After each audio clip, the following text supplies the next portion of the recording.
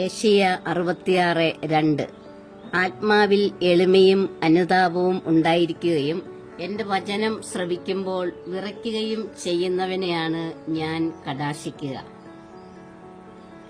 എന്റെ വാക്ക് അനുസരിക്കുവിൻ. ഞാൻ നിങ്ങളുടെ ദൈവവും നിങ്ങൾ എന്റെ ജനവുമായിരിക്കും. ഞാൻ കൽപ്പിക്കുന്ന മാർഗത്തിലൂടെ ചരിക്കുവിൻ. നിങ്ങൾക്ക് ശുഭമായിരിക്കും. ഭൂമിയിൽ മനുഷ്യന്റെ ദുഷ്ടത വർദ്ധിച്ചിരിക്കുന്നെന്നും അവന്റെ ഹൃദയത്തിലെ ചിന്തയും ഭാവനയും എപ്പോഴും ദുഷിച്ചതു മാത്രമാണെന്നും കർത്താവ് കണ്ടു. ഭൂമുഖത്ത് മനുഷ്യനെ സൃഷ്ടിച്ചതിൽ കർത്താവ് പരിതപിച്ചു. അത് അവിടുത്തെ ഹൃദയത്തെ വേദനിപ്പിച്ചു. കർത്താവ് അരുളിച്ചെയ്തു, നിന്റെ സൃഷ്ടിയായ മനുഷ്യനെ ഭൂമുഖത്തു നിന്ന് ഞാൻ തുടച്ചുമാറ്റും.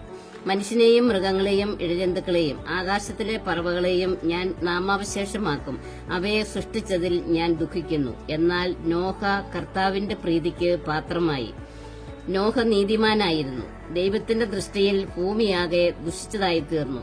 എങ്ങും അക്രമം നടമാടി. ഭൂമി ദുഷിച്ചുപോയെന്ന് ദൈവം കണ്ടു. ലോകത്തിൽ മനുഷ്യരെല്ലാം ദുർമാർഗികളായി